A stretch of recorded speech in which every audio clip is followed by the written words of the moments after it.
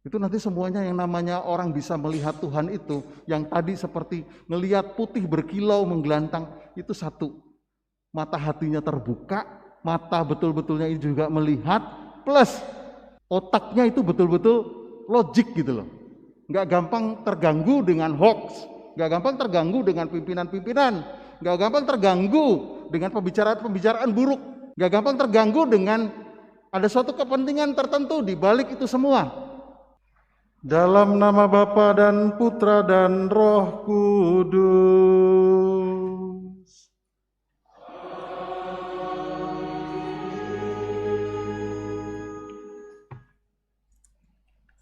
Kasih karunia rahmat dan damai sejahtera dari Allah Bapa dan dari Putranya Yesus Kristus bersamamu.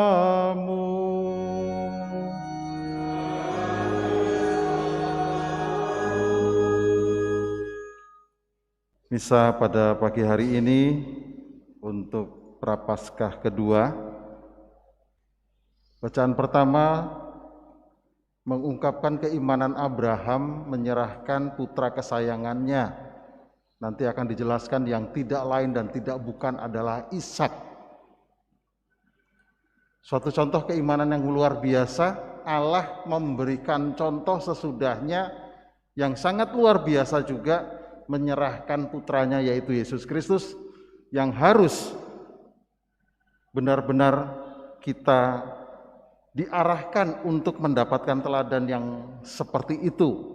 Kita pun juga dalam kehidupan kita semoga memberikan yang paling berharga, yang paling kita cintai, yang paling segala-galanya dalam hidup ini demi kemuliaan Tuhan dan tentunya juga demi pelayanan pada sesama.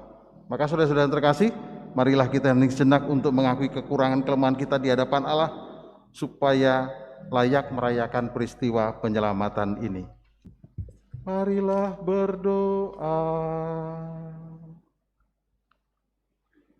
Allah Bapa yang kekal dan kuasa, bukalah kiranya mata kami agar kami dapat melihat apa sekiranya yang mendamaikan kami. Bukalah kiranya hati kami agar dapat menangkap sabda Putramu di mana hukum Taurat dan para nabi terlaksana bagi kami dan semua yang di dunia ini. Demi Kristus Tuhan dan pengantara kami.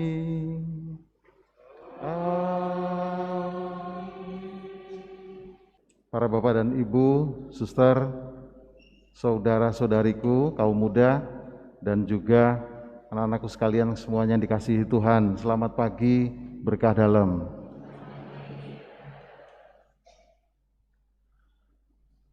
Ada satu cerita, terserah ini baik atau apa, benar atau tidak, sebetulnya kita tidak mempersoalkan itu, tetapi pesannya luar biasa.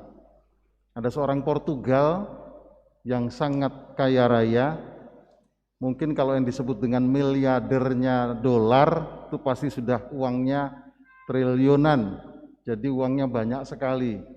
Tetapi bapak ini terkena COVID-19 dan mati sendirian, lalu juga dikuburkan sendirian dengan segala-galanya. Walaupun dia miliarder, sebenarnya ketika saat kematiannya dia pengen menghirup, mereguk, atau yang disebut juga dengan udara yang sebenarnya oleh Tuhan diberikan gratis untuk semuanya. Gratis pun dia tidak bisa, bahkan uang yang banyak pun tidak bisa menyembuhkannya sampai dia mati sendirian. Jangan sampai banyak orang ini atau orang-orang Kristiani itu yang mengenal Kristus, atau juga kita yang tahu dan membaca kitab suci kita ini gagal paham tentang iman, gagal paham tentang penerimaan tentang Allah, gagal paham tentang Kristus. Maka saya pernah sampaikan juga, kita sejauh mana sih mengenal Kristus dengan dalam? Punya pengalaman apa? Kalau kita sudah sampai sedalam dan juga pengalaman, saya yakin sekali itu menentukan keimanan kita.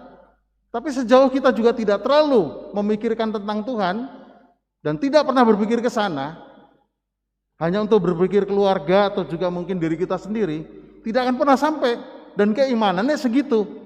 Tapi sejauh kita sering untuk merenungkan dan mengenal Tuhan dengan lebih baik, itulah keimanan kita berdasarkan di sana. Maka para bapak dan ibu, saudara-saudaraku yang dikasihi Tuhan, dasar pemikiran tentang kitab suci pun sama.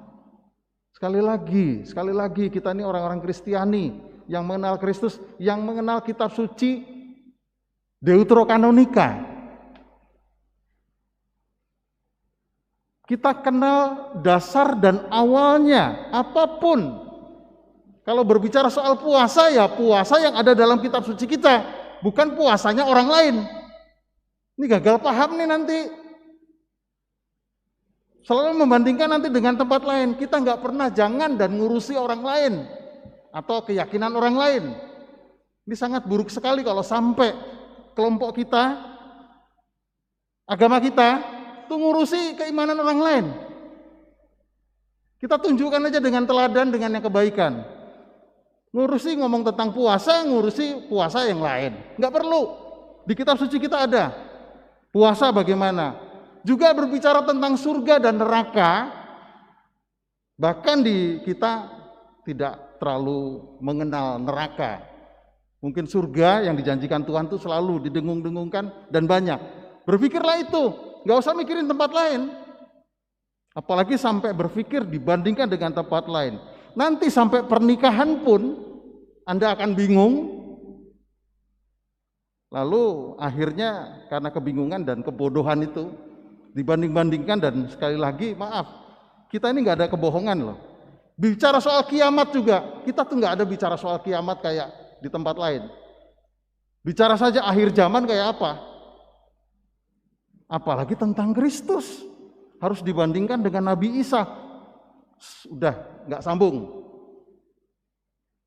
Maka berpikirlah tentang itu juga, termasuk di sini juga nanti tentang Tritunggal, tentang salib. Berbicaralah salib yang ada di kitab suci yang ada ini, dan termasuk juga Tritunggal Maha Kudus dan sebagainya. Nah, inilah sebenarnya kita jadi fokus dan mengenal sungguh Tuhan kita. Kalau kita nggak fokus, mikir sana, mikir sini, terganggu sana, terganggu sini, ini yang sekali lagi semakin jauh dengan Tuhan.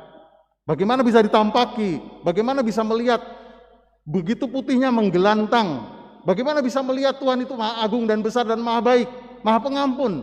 Nggak bisa.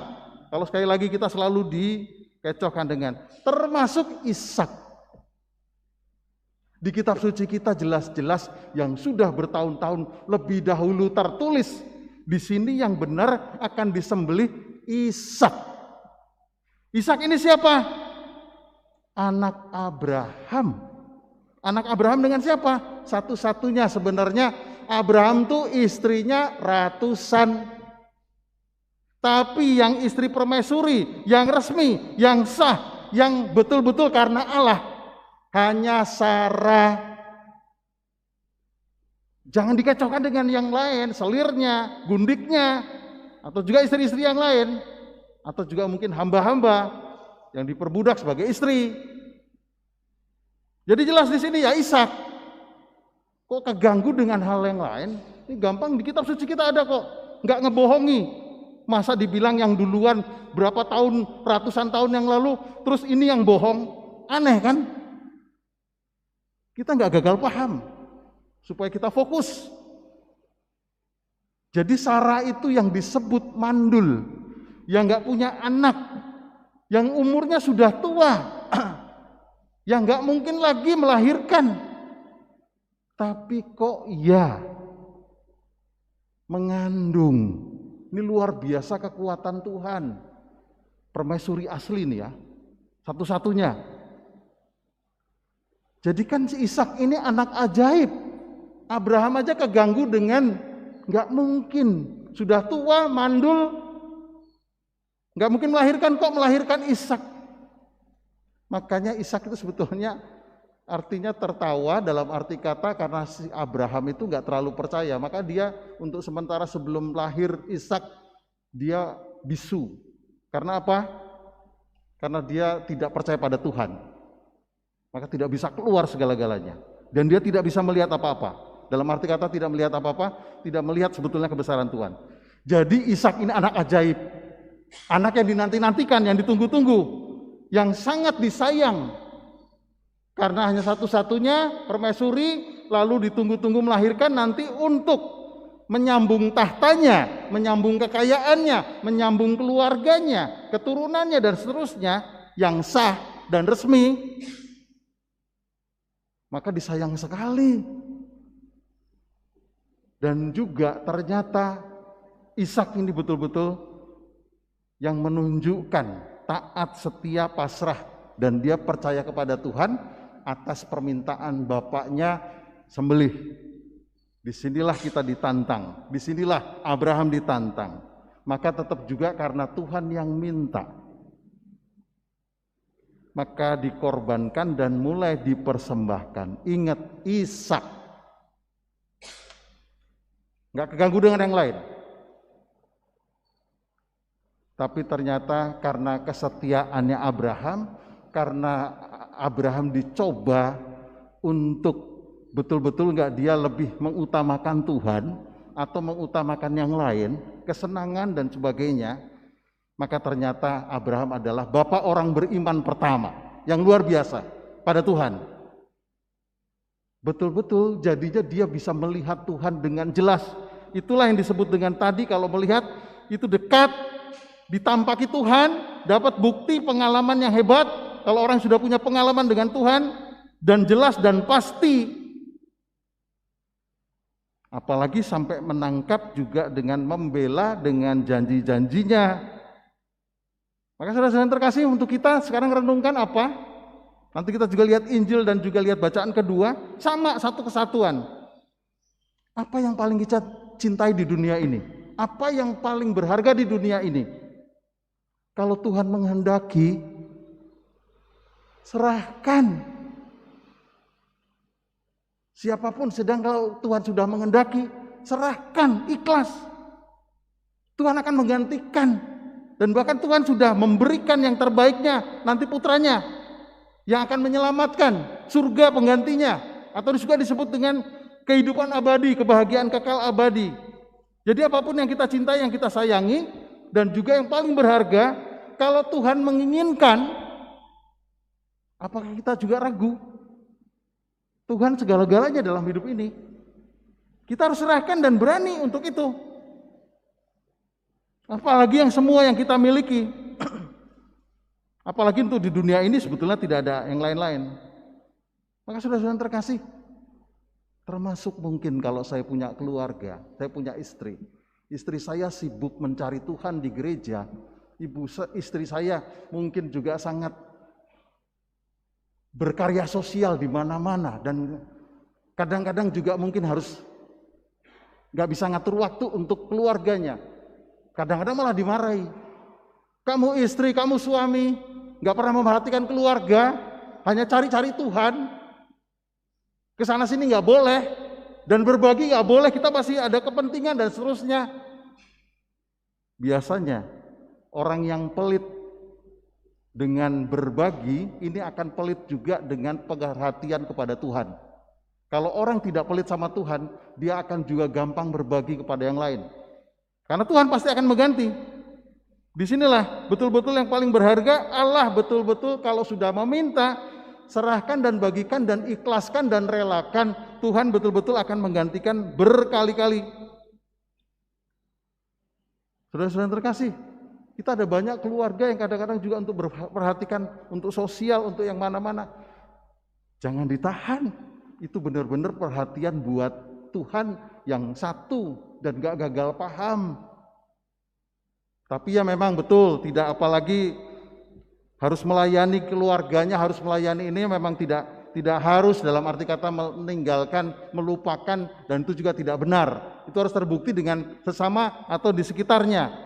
Tapi kalau sudah betul-betul memberikan waktunya, segala-galanya, bahkan hidupnya, kalau ada yang juga mau menjadi suster, mau menjadi pastor, hidupnya sudah mau sungguh diserahkan kepada Tuhan yang paling berharga, serahkan. Kita akan diganti, bahkan lebih dari itu, dan sudah diganti. Di sini ada Injil juga yang mengatakan ketika Yesus Kristus pusat dari semuanya, mau ada Musa, mau ada Elia, mau ada siapa saja, inilah putra kesayanganku, seperti bahkan lebih dari Abraham. Akan mengampuni dosa dengan mati dan wafatnya dan sebagainya, lalu juga memberikan janji surganya dan seterusnya dan seterusnya. Maka mengatakan Allah dirinya putra kesayangannya, itu benar-benar diserahkan kepada kita. Bahkan kita akan mendapatkan kasih cintanya, pengampunannya, keselamatannya, dan janji itu serta kebahagiaan abadi. Tuhan sudah memberikan itu lewat Kristus. Maka fokuskan, pusatkan kita kemana-mana, bukan kepada siapa dan Abraham dan sebagainya, Musa, atau juga siapa Adam. Tapi memang Kristus itu adalah Allah yang betul-betul menjadi pusat. Kita kenalkan dia betul. Lalu apalagi juga yang di bacaan kedua, kalau Allah dikatakan Allah ada di pihak kita, siapakah yang akan melawan kita? Mau kekuatan iblis sejahat apapun, kekuatan apapun, tidak ada apa-apanya kalau saya sudah memilih satu kesatuannya dengan Allah. Allah bahkan tidak menyayangkan anaknya sendiri, bahkan mengorbankan dan duluan, betul. Jadi saudara yang terkasih, sekarang mari kita fokuskan Tuhan lewat sesama. Artinya betul-betul kita memperkenalkan sungguh, dan Tuhan tuh gak ada tandingannya. Maka fokuskan kehidupan kita ini juga nanti akan kembali kepada Tuhan. Lihat kita sekarang kalau udah ngerasakan waktu cepat sekali, ada pandemi ini dan itu, ada bencana ini dan itu. Fokuskan kepada Tuhan lewat sesama, harus itu jelas. Dan Kristus sudah membuktikan dengan nyata. Maka kita nggak salah paham, masih sampai sekarang umur setua ini masih nggak kenal Kristus, masih nggak kenal Tuhan, masih nggak kenal yang disebut dengan Katolik, masih nggak pernah baca kitab suci, dan masih dari jauh memikirkan tentang dunia ini terus. Tidak salah. Tapi coba kita seperti yang dikatakan Abraham tadi, menyerahkan yang paling berharga pun kalau itu demi Tuhan, mata kita tuh melek. Hati kita terbuka, pikiran kita tuh logik. Nggak dibodoh-bodohi gampang, bingung sana sini, dikasih tahu ini, pimpinan ini ngomong ini, bingung. Bahkan dikasih contoh yang buruk pun mengikuti. Kita sudah nggak fokus. Fokuslah kepada sekali lagi Tuhan yang sungguh-sungguh yang kita juga bisa layani, karena Kristus sendiri yang menjadi suatu teladan utama, contoh utama yang luar biasa yang menyelamatkan kita. Maka dalam kehidupan kita apapun fokuskan. Apalagi maaf soal pernikahan. Nggak ada ngalahin Kristus. Hanya demi kedudukan, pangkat, hanya demi suami atau istri kita bisa tinggalkan dia. Ini orang yang nggak kenal Kristus, ini yang nggak kenal Tuhan ini. Coba ingatkan kepada keluarga-keluarga kita semua. Ingatkan kepada yang disebut juga dengan anak-anak kita. Sudah fokus belum sih pada Tuhan, pada Kristus? Nanti dia benar-benar kalau sudah fokus, pasti keimanannya hebat, dan dia pasti akan mencintai sesamanya juga. Dan dia juga pasti akan memberikan yang terbaik. Bahkan waktu hidupnya, cintanya, harta bendanya, yang paling berharga dalam hidup ini, fokus kepada Tuhan, pasti juga akan sampai kepada sesama. Saudara-saudara yang terkasih, marilah kita disadarkan di sini, seperti contoh iman utama manusia beriman utama Abraham yang luar biasa.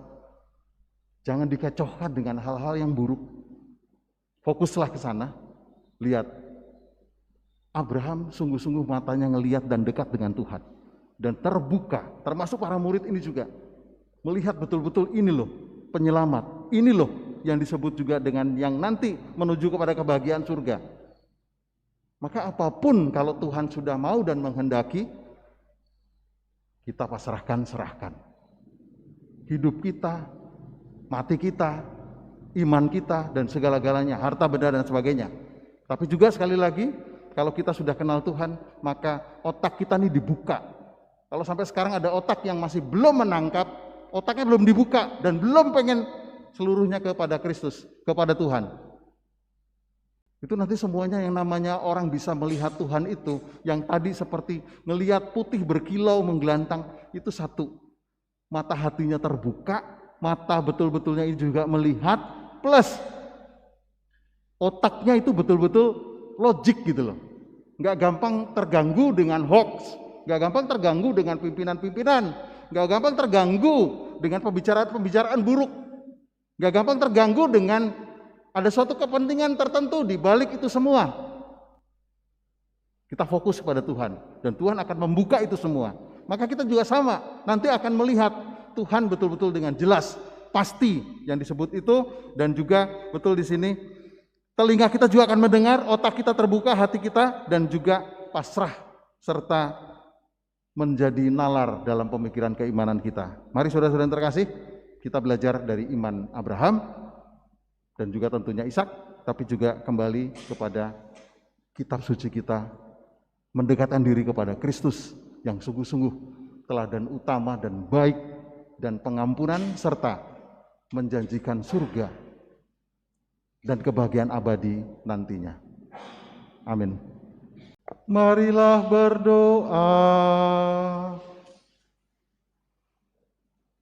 Allah Bapa di surga, dengarkanlah seruan kami dan lindungilah kami, sebagaimana Engkau melindungi Ishak. Perkenankanlah kami melalui penderitaan memasuki kehidupan sejati demi Dia, yang telah mematuhi kehendak-Mu dengan sempurna dan menjadi pimpinan kehidupan kami, ialah Kristus Tuhan dan pengantara kami. Amin. Kita siapkan hati dan diri kita untuk mohon berkat dari Tuhan.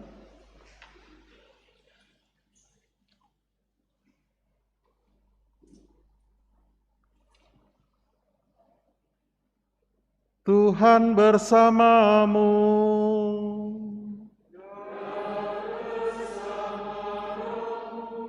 Semoga saudara-saudari sekalian selalu dilindungi dan dibimbing oleh berkat Allah yang Maha Kuasa, Bapa dan Putera dan Roh Kudus.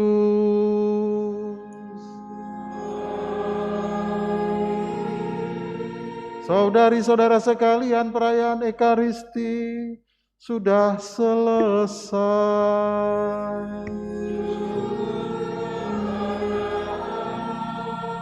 Marilah pergi kita diutus.